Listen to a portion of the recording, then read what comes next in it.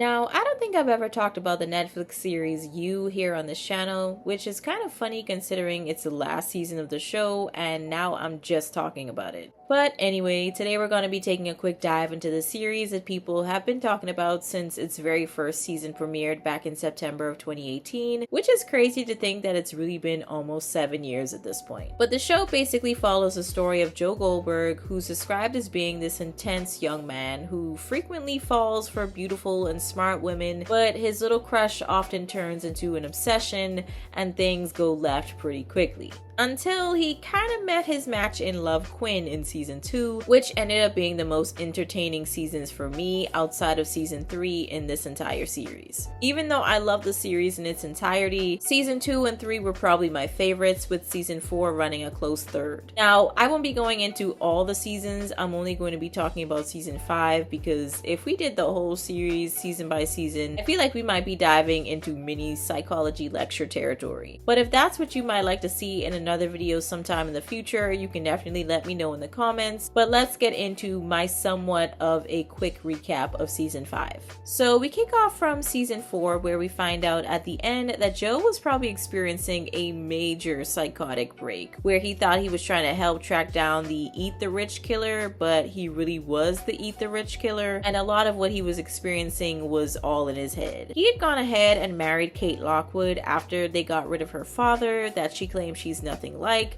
but it starts looking a little questionable as the season goes on.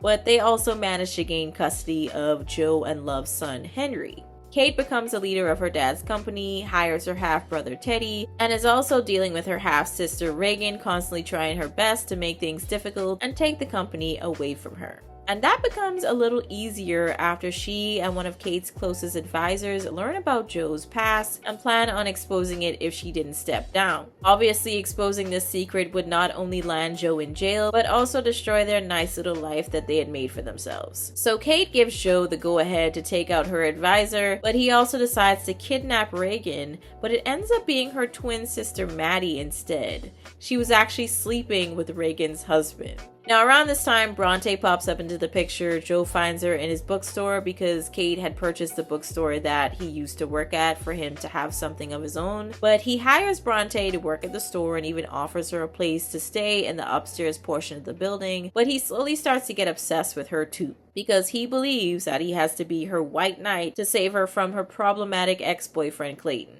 However, he eventually finds out that Bronte was pretty much playing him the entire time, but simultaneously she was actually catching feelings for him too, which is why she ends up leaving with no explanation at one point. He goes to find her and realizes that she and her friends were trying to get justice for Beck, who was Joe's very first victim in season 1. They catch him on live video taking out Clayton, and now Kate has to do the cleaning up, but she doesn't know about Maddie in the bookstore basement. He had basically been keeping her there for several days until he kidnaps the real Reagan this time and has Maddie take her out, which wasn't really that hard considering Reagan wasn't the nicest. Joe lets Maddie out to help Kate regain control of her company, but eventually Maddie unravels and tells Kate that she took out Reagan because Joe told her to. But deep down, she also wanted to herself, let's be honest. But Kate, now trying to protect everyone from Joe, kicks him out of the house, is keeping him from Henry, and also changes the locks on the bookstore and the upstairs apartment where Bronte and Joe were staying, because again, she did actually start forming feelings for Joe, even though she knew all this messed up stuff about him. Bronte even told her friends that she no longer wanted to follow through with their plans to get Joe for what he did to Beck. But Kate ends up finding out about Bronte and Joe and tries to convince her to join her in taking him down, so now she's kind of conflicted. But Joe ends up falling for Kate's trap. He gets kidnapped, taken down to the bookstore basement, where he finds out that Kate is working with Nadia and Marianne to bring him down. Now, if you don't remember, Nadia came into the picture in season 4 and Marianne was season 3, I believe. However, Marianne meets Bronte and she tries to convince her to help bring Joe down while Joe is being held captive in the basement. Nadia just wants to end things and just shoot Joe right then and there, but Kate wants him to get prison time, so she tells Nadia to leave. Joe rips through the stitches on his arms for the key he implanted and gets out of the makeshift prison and shoots Kate. But Maddie comes back to the store and sets the place on fire. Yeah. So now Kate and Joe are trapped in the basement thinking they're about to die, and she gets a confession out of Joe for some of the crimes he committed, and she records it on her phone. But somehow Joe escapes. So now Joe and Bronte are on the run, but it seems as though Marianne had gotten through to Bronte because now she was trying to figure out how to bring Joe down. They find a house to crash in for a bit, but Bronte, who now has a gun, gets Joe to start making edits in Beck's book, taking out all the parts that he wrote. But it was honestly like, really, girl? You have a gun and that's what you make him do? Okay.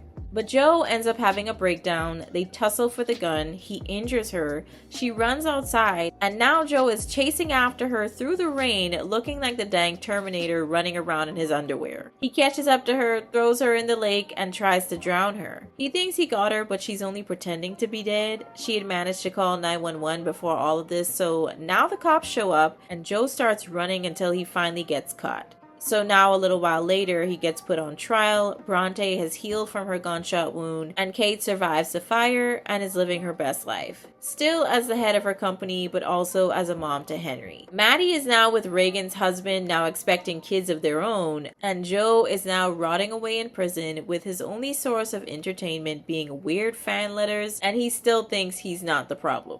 So let's discuss a few things real quick because I have some thoughts. First of all, the ending of the series was just okay, but I was expecting a little bit more to happen to really wrap things up. Like, how could we really drive the whole full circle moment back home considering Joe's origin story before meeting Beck in season 1? On another note though, I feel like Penn Badgley should get an award for this because his acting in this was top tier in my opinion. I see clips of him on TikTok every now and again, and he's just a completely different person to the character that he plays. That is just so interesting to see. But also, I want to talk about Bronte's character. Okay, I'm not gonna lie, she was pretty annoying, but I didn't like how people were kind of coming after her with her looks, talking about how she looks like Rumpelstiltskin from Shrek.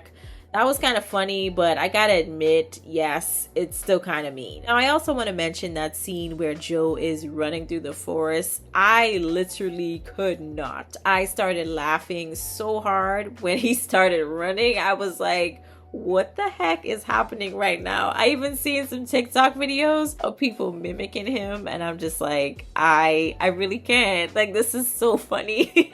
It was probably unintentionally funny. But I do honestly think that Joe should have had a more formidable adversary, considering how he was always so many steps ahead throughout all these seasons. But they did have him making some really dumb mistakes. Basically mistakes that I couldn't really imagine Joe Goldberg from season 1, 2, and 3 actually making. But Joe from season 4, I could definitely see that happening, but those other 3 seasons, not so much. But overall, it wasn't really a terrible end to the series. I just wanted a little bit more, but it does seem as though just a smidgen that they were kind of just wanting to end the series a little bit, you know, just wrap it up with a nice bow on top. But you guys can let me know your thoughts down in the comments on this season and maybe other seasons in the past, and how you feel all this tied together and all that good stuff. But I'll catch you all in the next one.